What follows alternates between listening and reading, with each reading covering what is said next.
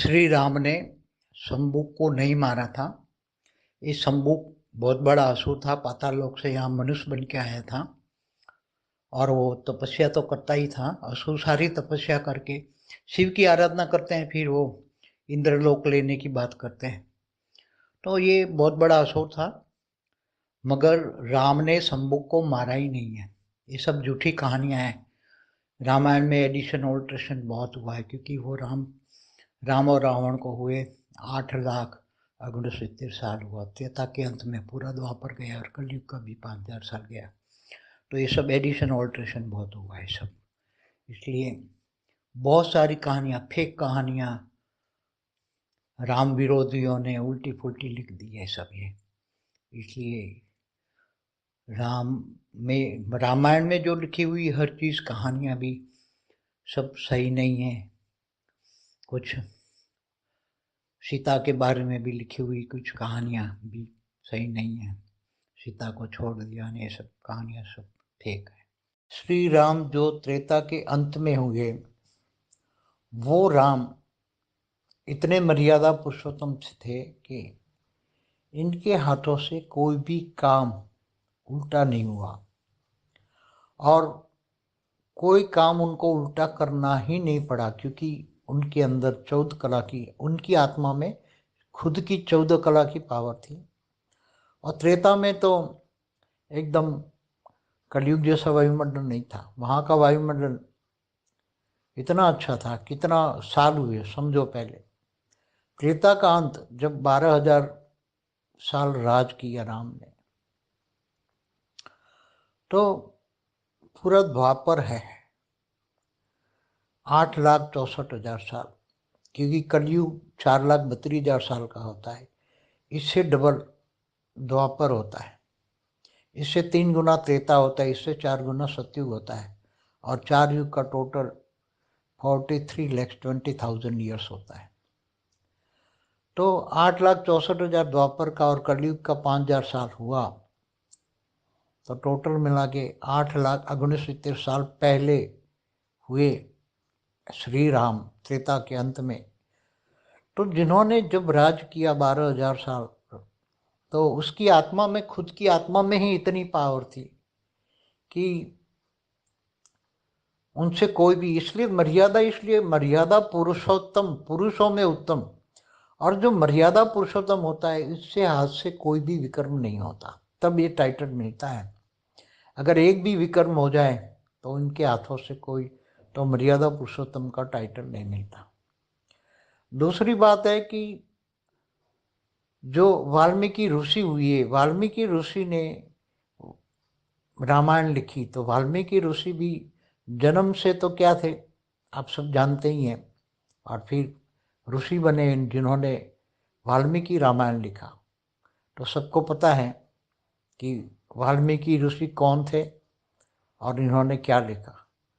तो उसी टाइम पर भी त्रेता के अंदर रामराज, सारी धरती पर रामराज था। कोई एक अयोध्या में राज था ऐसा नहीं, सारी धरती पर रामराज था, पूरी धरती के राजा थे। और इस पर इतना सतो प्रधान वायुमंडल था, 12,000 साल जब राज किया इन्होंने, तो इतना सतो प्रधान वायुमंडल था कि असुर भी आए तो भी वो वायुमंडल में बदल जाते थे। इनकी ताकत नहीं होती थी कि वो वायुमंडल को खराब कर पाए, इसलिए वो धरती छोड़ के चले जाते थे नीचे के ग्रहों में, नीचे पाताल लोक में चले जाते थे। इसलिए उसी टाइम पर तो राम ने एक भी कार्य ऐसा नहीं किया जिसकी आलोचना कोई भी करे। मगर जो बाद में अभी कलयुग में बहुत हो गए हैं कि ऐसे राम ऐसे थे न राम ऐसे थे, तो राम से जलने वाले जो विधर्मी आए, बहुत सारे विधर्मी आए, कुछ द्वापर में भी आए, कुछ कलयुग में भी आए। तो ये सारे विधर्मियों ने राम के खिलाफ उल्टा फुल्टा बोलना शुरू कर दिया, रामे थे रामे थे रामे थे। तो क्या राम मांस खाते थे क्या, राम मदिरा पीते थे? ऐसा तो हो ही नहीं सकता, ना होता। त्रेता के अंत में तो ऐसा कोई भी अच्छे राजा भी कोई नहीं करते थे। ये तो सब मांस मदिरा, तो ये सब ये द्वापर के बाद में अंत में शुरू हुआ सब। बाकी अच्छे राजा कुछ नहीं करते थे। तो हाँ, असुर करते थे, जहाँ असुरों का राज होता था वहाँ तो असुर राजा करते थे। वो तो असुर तो सतयुग में भी धरती पर आकर वायुमंडल खराब करते थे, इसलिए तो विष्णु के अवतार होते, सतयुग में भी होते, असुरों को मारने के लिए आ जाते थे धरती पर। सतयुग के अंत में असुर आ जाते थे, सतयुग के अंत में। जो 17,28,000 साल का सतयुग है, उसमें 2-3 लाख जब सतयुग के रहते हैं, तब वो असुर पाताल लोक से आ जाते थे उसको मारने के लिए। फिर भगवान विष्णु के अवतार हुए। इससे पहले कलयुग के अंत में आज जो वायुमंडल देख रहे हैं वो तो एकदम तमो प्रधान है, एकदम तमो प्रधान, समझो कि -100 कला। तो लोहे जैसा, एकदम लोहे जैसी आत्मा हो गई है वायुमंडल, लोहे जैसा। 800 करोड़ आत्माओं का नेगेटिव वायुमंडल, सूक्ष्म जगत की भूत प्रेतों का नेगेटिव वायुमंडल, इतना बेहिसाब आत्माएं। अनेक धर्म मठ पंच संप्रदाय इतने आए हैं अभी कि अनेक धर्म मठ पंच संप्रदाय की आत्माएं आपस में धर्म के नाम पर अधर्म कर रही हैं। इसलिए इतना घोर लोहे जैसा युग है। इसलिए लोहा ये सिंबल है, लोहा, लोह युग, तमो प्रधान। इसलिए आज के कारण लोग जो राम के विरोधी हैं, राम के लिए उल्टा पुल्टा बोलते हैं, उल्टी पुल्टी रामायण भी लोगों ने लिख दी। ऐसे ही जैसे गीता में भी एडिशन ऑल्ट्रेशन बहुत हुआ। हर शास्त्रों में थोड़ा एडिशन ऑल्ट्रेशन होता है, क्योंकि पहले जो कहानियां सुनाते थे तो ऋषि एक दूसरे को कहानियां सुनाते थे, लिखी हुई कोई बात नहीं थी। और कहानियों में भी सुनाते सुनाते थोड़ी एडिशन ऑल्ट्रेशन हुई। बाद में राम के खिलाफ या कृष्ण के खिलाफ या गीता के खिलाफ कोई जो उसके दुश्मन हुए, विष्णु के जो दुश्मन होते थे, शिवपंथी जो होते थे, वो असुर होते थे। जब असुर पाताल लोक से धरती पर आए और मनुष्य बने तो इन लोगों ने, उनकी बुद्धि में तो विष्णु के जो अवतार हुए इसमें राम और कृष्ण, इनके खिलाफ तो बुद्धि भरी हुई थी असुरों की बुद्धि में। तो जब वो मनुष्य भी बने तो भी इनकी बुद्धि हमेशा ये राम और कृष्ण के प्रति तो आसुरी ही रही। तो आज भी भारत में ये असुर भी जो कहते हैं हम सनातनी हैं, मगर बुद्धि तो उल्टी राम के खिलाफ है। तो ऐसे सनातनियों में भी जो असुर पैदा हुए तो वो ऐसे पहले से ही काफ़ी द्वापर कलयुग में भी उल्टी फुल्टी कहानियाँ, शास्त्रों में एडिशन ऑल्ट्रेशन बहुत हुआ, लोगों ने अपनी मिलावट कर दी। बाकी परम सत्य यह है कि राम से कोई भी गलती नहीं हुई। इसलिए हमेशा मर्यादा पुरुषोत्तम राम को कोई भी कहें कि ये किया, सब कुछ गलत है। विधर्मियों ने सब उल्टी गालियाँ दी हैं राम को बदनाम करने के लिए। परम शांति। బేహద్ పరం మహాశాంతి. బేహద్ ఆత్మిక పరివారమునకు, ఆత్మిక సోదరి సోదరులకు బాపూజీ దశరథభాయ్ పటేల్ తెలుగు ఛానల్కు స్వాగతం. బాపూజీ రాముడు గురించి ఆయన పైన మరి అసత్యమైనటువంటి ఆరోపణలు వేయటము అనేది తప్పు.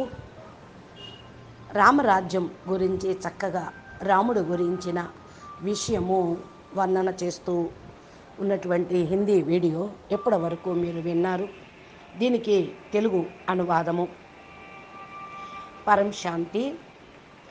శ్రీరాముడు శంభూక్ అనేటువంటి రాక్షసుణ్ణి చంపలేదు. అసలు శంభూక్ అనేటువంటి ఆయన చాలా పెద్ద రాక్షసుడు. పాతాళలోకం నుండి మానవ రూపంలోకి భూమి మీదకి వచ్చి తపస్సు చేశారు. అసురులు ఎప్పుడూ కూడా శివుడు గురించి ఆరాధన చేసి గొప్ప గొప్ప వరాలు పొంది ఇంద్రలోకానికి కూడా వెళ్ళి దేవతల్ని కూడా హింసిస్తూ వాళ్ళను కూడా మరి పరాజయం చేస్తూ ఉండేవాళ్ళు, పరాభవిస్తూ ఉండేవాళ్ళు. ఎందుకంటే ఇతను చాలా పెద్ద రాక్షసుడు. ఇక అటువంటి సమయంలో రాముడు శంభుని ఏమీ చంపలేదు. ఇదంతా కూడా అసత్యమైనటువంటి కథ. రామాయణంలో చాలా కల్పితాలు, ఉల్టా పుల్టా రాయటాలు కూడా జరిగింది. ఎందుకంటే రాముడు రావణాసుని చంపాడు. అయితే ఆ కాలము రామరాజ్యము, రాముడు ఉన్నది 8,69,000 సంవత్సరాలు.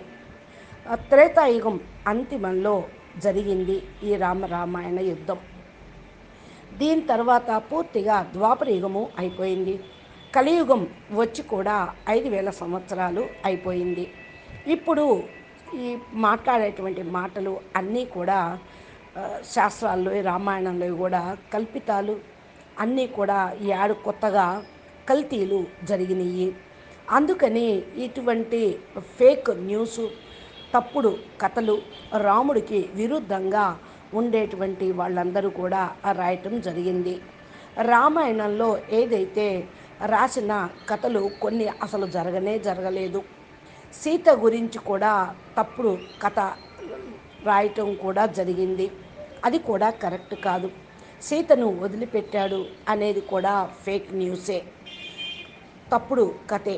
శ్రీరాముడైతే త్రేతాయుగం అంతిమంలో ఉన్న ఆయన మర్యాద పురుషోత్తముడు. ఆయన చేత ఇటువంటి తప్పుడు కార్యక్రమాలు అనేది చేయటానికి వీల్లేదు. ఈ పని ఉల్టాగా ఎందుకు చేస్తాడు? ఆయన అసలు 14 కళల పవర్ ఉన్నటువంటి ఆత్మ. స్వయం ఆత్మ లోపల 14 కళల పవర్ ఉంటే మరి అసత్యపు వ్యవహారము, అధర్మానికి సంబంధించినటువంటి వ్యవహారము చేయరు. ఇప్పుడైతే కలియుగం వాయుమండలం ఉంది కాబట్టి ఇప్పుడు చేస్తున్నారు మానవులు. మరి అప్పుడు సత్యయుగంలో వాయుమండలం సతోప్రధానంగా మరి మంచి పవర్ఫుల్గానే ఉంటూ ఉంటుంది. త్రేతాయుగం అంతిమంలో అనగా రాముడు కూడా 12,000 సంవత్సరాలు రాజ్యం చేశాడు అంటే కేవలం అయోధ్యలోనే రామరాజ్యం కాదు, భూమి మొత్తం పైన కూడా రామరాజ్యము ఉన్నది. ద్వాపర యుగము 8,64,000 సంవత్సరాలు, కలియుగం 4,32,000 సంవత్సరాలు. మరి దీనికి డబల్ కదా ద్వాపర యుగము. మరి 3 రెట్లు ఉంటుంది త్రేతాయుగం. మరి ఈ 4 రెట్లు ఉండేది సత్యయుగం. ధర్మం కూడా 4 పాదాలు ఉంటుంది. త్రేతాయుగంలో 3 పాదాలు ఉన్నది, ద్వాపర యుగంలో 2 పాదాలు అని చెప్పారు కదా. 43,20,000 సంవత్సరాలు ఒక చతుర్యుగము, 8,64,000 సంవత్సరాలు మరి ద్వాపర యుగము. టోటల్గా కూడా ఇప్పుడు మనం చూసిన రాముడు రాజ్యం కూడా చాలా కాలం అయిపోయింది కదా. 12,000 సంవత్సరాలు రాజ్యం చేశాడు. ఆయన లోపలే ఆత్మ లోపల చాలా పవర్ ఉన్నది. మర్యాద పురుషోత్తముడు అంటే పురుషుల్లో కూడా ఉత్తమమైనటువంటి వాడు. మరి ఆయన చేతిలో వికర్మ అనేది జరగటానికి వీల్లేదు. వికర్మలు చేసి తప్పుడు పనులు చేసేవాళ్ళని మర్యాద పురుషోత్తముడు అని అనరు. ఒక్క వికర్మ కూడా రాముడు చేతులతోటి జరగలేదు. ఇక మర్యాద పురుషోత్తముడు అనే టైటిల్ పోతుంది. ఒక వికర్మ చేసినా కూడా ఆ టైటిల్ పోతుంది కదా. ఇక్కడ రెండో విషయం, ఇది వాల్మీకి ఋషి నీది ద్వారా రామాయణం రాయబడింది అంటూ ఉంటారు. వాల్మీకి రామాయణము అని.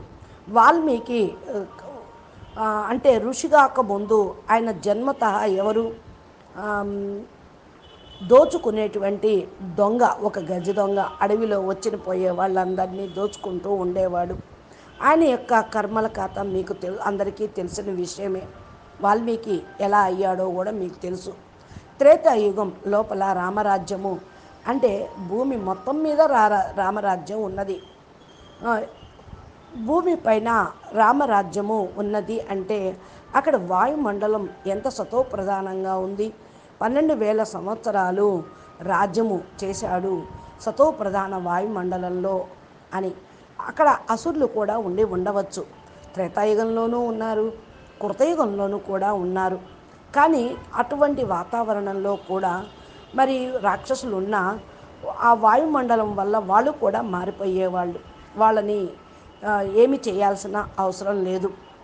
ఎప్పుడైతే మరి వాయుమండలం ఖరాబ్ అయిపోతుందో అప్పుడు భూమిని వదిలేసి వెళ్ళిపోయేవాళ్ళు. వాళ్ళు కూడా ఏమీ చేయలేక ఎవరు అసురులు కూడా పాతాళలోకానికి, వాళ్ళ గ్రహాల్లోకి కిందకు వెళ్ళిపోయేవాడు వాళ్ళ లోకాలకి. ఆ టైంలో రాముడు ఏ తప్పుడు కార్యక్రమము చేయలేదు. ఇవన్నీ కూడా తప్పుడు ప్రచారం, రాముడికి విరుద్ధంగా విధర్మీలు చేస్తూ ఉంటారు. ఏదైతే దాని తర్వాత కలియుగం కూడా చా చాలా వచ్చింది. రాముడు ఇలాంటివాడు, అలాంటివాడు, రాముడు అడవులు పట్టుకొని వెళ్ళాడు అని విధర్మీలు ఇంకా రకరకాలుగా ప్రచారం అనేది చేస్తూ ఉన్నారు. ద్వాపరయుగంలో కూడా అలాగే చేశారు. కలియుగము పోయింది, ద్వాపరయుగం పోయింది. ఇప్పుడు విధర్మీలు రాముడికి విరుద్ధంగా ఇలాంటి మాటలు మాట్లాడటం ప్రారంభించాడు ప్రారంభించారు. రాముడు ఇలా ఉండేవాడు, ఇలా చేశాడు, రాముడు మాంసం తిన్నాడు అని, రాముడు తాగాడు, మదిర తాగాడు అని, ఇలా ఏమీ చేయలేదు. త్రేతాయుగం అంతిమంలో మంచి మంచి రాజులు కూడా ఇలాంటి పనులు చేయలేదు. ఇక మాంసము మదిర అనేది ద్వాపర యుగం తర్వాత ప్రారంభమైంది. అంతిమంలో మరి స్టార్ట్ అయిందనే చెప్పవచ్చు. మిగతా రాజులే త్రేతాయుగంలో ఉన్న మంచి మంచి రాజులే ఈ పనులు చేయనప్పుడు మరి రాముడు ఎలా చేస్తాడు? అసురులు తాగటాలు తినటాలు ఇవి చేసేవాళ్ళు. మరి అసురి రాజ్యంలో వాళ్ళు చేశారన్నమాట. అంతేగాని ఈ రామరాజ్యంలో ఇవన్నీ జరగలేదు. సత్యుగంలో కూడా భూమి మీదకు వచ్చినటువంటి అసురులు కూడా వాతావరణాన్ని ఖరాబు చేయలేదు. అందుకనే ఎప్పుడైతే వాళ్ళు అసురులు ఉన్నారు, మరి వాయుమండలం ఖరాబ్ చేసిన, హింసించిన, అసురి సంహారం చేయటానికి విష్ణుమూర్తి కూడా అవతారం తీసుకొని రావాల్సి వచ్చింది అసురులను చంపటానికి. మరి సత్యుగం అంతిమంలో కూడా ఉన్నారు అసురులు. సత్యుగము అంటే 17,28,000 సంవత్సరాలు. దానిలో 2-3 లక్షలు సంవత్సరాల వరకు కూడా సత్యుగి వాతావరణం ఉంటుంది. త్రేతాయుగం స్టార్టింగ్లో కూడా అసురులు పాతాళ లోకానికి వెళ్ళిపోయారు. తర్వాత మళ్ళీ అప్పుడప్పుడు వస్తూ ఉండేవాళ్ళు. వాళ్ళని చంపడం కోసం విష్ణువు అవతారం తీసుకున్నారు. ఇప్పుడైతే ఫస్ట్ కలియుగం అంటే ఈరోజు వాయుమండలం చూడండి, పూర్తిగా తమో ప్రధానం అయిపోయింది. ఇంకా -100% తమో ప్రధానంగా అయిపోయింది. ఇనుములాగా అయిపోయింది. పూర్తిగా తమో ప్రధానం. ఆత్మ అయిపోయింది, శరీరాలు అయిపోయినాయి, వాయుమండలం అయిపోయింది. వాయుమండలంలో 800 కోట్ల ఆత్మలు నెగిటివ్ వైబ్రేషన్ని పంపిస్తూనే ఉన్నారు. సూక్ష్మ జగత్తులో భూత ప్రేతాలు నెగిటివ్ వాయుమండలంతో లెక్కలేనన్ని ఆత్మలు కూర్చొని ఉన్నారు. అనేక ధర్మాలు, మత సంప్రదాయాలు ఎంతోమంది వచ్చారు. వాళ్ళ సంప్రదాయాలను వ్యాపింపజేసుకున్నారు. పరస్పరం అధర్మం కూడా చేస్తూ వచ్చారు. అందుకని ఇంత ఘోర కలియుగంలాగా, ఇనుప యుగంలాగా అయిపోయింది. ఇనుము అనేది ఒక సింబలు. అంటే అంత తమో ప్రధానంగా పత్తర్ బుద్ధిగా, పాషాణంలాగా, లోహ బుద్ధిగా ఉన్నారు అని గుర్తన్నమాట. అందుకని ఈరోజు ఈ విధంగా ఉన్న మానవులు రాముడికి విరుద్ధమైపోయి, రాముడు కూడా రాముడి పైన ఉల్టా పుల్టా తప్పుడు ప్రచారం చేస్తూ ఉన్నారు. మరి ఈ విధంగా రామాయణంలో రాసి ఉందని చెప్పడం రాంగ్. గీతలో కూడా చూడండి ఎన్ని కల్పితాలు రాశారో, ఎన్ని మధ్యలో యాడ్ చేశారో, ఎన్ని తీసేశారో కూడా జరిగింది. ప్రతి ఒక్క శాస్త్రంలో కూడా ఎడిషన్, ఆల్టరేషన్ జరుగుతూనే ఉన్నది. ఫస్ట్ ఉండే కథలు వేరు ఉండేవి. ఫస్ట్ కూడా లిఖితపూర్వకంగా లేవు. ముఖత జ్ఞానము, కహానీలు వినిపిస్తూ ఉండేవాళ్ళు. ఋషులు ఒకరికి కథలు వినిపిస్తూ ఉండేవాళ్ళు. తర్వాత రాయటం జరిగింది. అప్పుడైతే రాయటాలు లేవు. వింటూ ఒకరికి వినిపిస్తూ ఇలాగా ఎడిషన్ జరిగిపోయింది. కల్పితాలు జరిగిపోయినాయి. రాముడికి ఇప్పుడు విరుద్ధంగా, కృష్ణుడికి విరుద్ధంగా, గీతకు విరుద్ధంగా చాలామంది శత్రువులు తయారయ్యి విష్ణువుకి శత్రువులు ఎక్కువైపోయి వాళ్ళు ఉల్టా ప్రచారం చేస్తూ ఉన్నారు. రాక్షసులు అంటే శివుడిని ఉపాసన చేసేవాళ్ళు, శివపంక్తి అని పేరు పెట్టుకొని అసురి వ్యవహారము చేస్తూ ఉన్నారు. ఎప్పుడైతే అసురులు పాతాళ లోకంలో నుండి వస్తూ ఉంటారో భూమి మీదకి, వాళ్ళు మనుషులైపోయి వాళ్ళ బుద్ధి అంతా విష్ణువుకి విరుద్ధంగా, విష్ణు యొక్క అవతారాలైన రాముడికి, కృష్ణుడికి విరుద్ధంగా వాళ్ళ బుద్ధిలో నిండి ఉన్న కారణం వల్ల, అసురు బుద్ధి వల్ల వాళ్ళు ఇలాంటి ఉల్టా పుల్టా ప్రచారం చేస్తూ ఉన్నారు. మరి రాముడికి, కృష్ణుడికి కూడా వాళ్ళు వ్యతిరేకమే అయిపోతూ ఉంటారు కదా. అందుకని ఇప్పుడు భారతదేశంలో అసురులుగా వాళ్ళే అయిపోయారు. మనం మేము సనాతన ధర్మం అని చెప్పుకుంటూ ఉంటారు, కానీ బుద్ధి మాత్రం ఉల్టా బుద్ధిగా విరుద్ధంగానే ఉంటూ ఉంటుంది. సనాతీయులు అయితే సనాతన ధర్మంలో కూడా అసురులు పుట్టారు. అందుకనే వాళ్ళు ద్వాపరయుగంలోనూ కలియుగంలోనూ ఇలాగా ఉల్టా ప్రచారం, కథలు, శాస్త్రాల్లో కూడా రాయటము, కల్పితాలు చేయటము అనేది జరుగుతుంది. అంతా కల్తీనే ఈనాటి ప్రపంచంలో అంటున్నారు బాపూజీ. మరి పరమ సత్యం అనేది ఒకటే. రాముడు ఎలాంటి పొరపాట్లు చేయలేదు, సదా మర్యాద పురుషోత్తముడిగా ఉన్నారు. ఆయన లాంటి మర్యాద పురుషోత్తముడు ఇంకొకరు లేనే లేరు. కాబట్టి ఇవన్నీ కూడా ఏమీ నమ్మకండి. రాముడు గురించి తప్పుడు సమాచారం చెప్పే విధర్మీలు కూడా అందరూ ఉల్టాగా గ్లాని చేస్తూనే ఉంటారు, రాముడిని బదనాం చేయటం కోసం అని బాపూజీ అంటూ ఉన్నారు. నేను ఈ మధ్య మరి వీడియో రాముడి గురించి, రామ మందిరం గురించి వీడియో ఒకటి పెట్టాం. అది చాలా వీడియోలు ఉన్నాయి, మీరు చూడండి, మీకు అర్థమైపోతాయి అన్నీ అంటున్నారు బాపూజీ. అచ్చా, పరం శాంతి, నమస్తే, ధన్యవాదాలు. బేహద్కే బేహద్ పరం పరం, మహాశాంతి హై, మహాశాంతి హై, మహాశాంతి హై. బాపూజీ దశరథభాయ్ పటేల్ తెలుగు ఛానల్లో బాపూజీ సత్యమైన పరమ సత్యమైనటువంటి జ్ఞానము, అద్భుతమైనటువంటి వీడియోలు రోజు అప్లోడ్ చేస్తూ ఉంటారు. మీరు మా ఛానల్ని సబ్స్క్రైబ్ చేసి గంట సింబల్ని ప్రెస్ చేస్తే నోటిఫికేషన్ రూపంలో మీకు ఇవన్నీ కూడా వస్తూ ఉంటాయి. మీకు ఈ వీడియో నచ్చినట్లయితే, రాముడు గురించి మీరు యథార్థమైన సందేశం ఇవ్వాలి అనుకుంటే షేర్ చేయండి, లైక్ చేయండి, మంచి కామెంట్ పెట్టండి. పరం మహాశాంతి, నమస్తే, ధన్యవాదాలు. బేహద్కే బేహద్ పరం పరం పరం, మహాశాంతి హై, మహాశాంతి హై, మహాశాంతి హై. నమస్తే.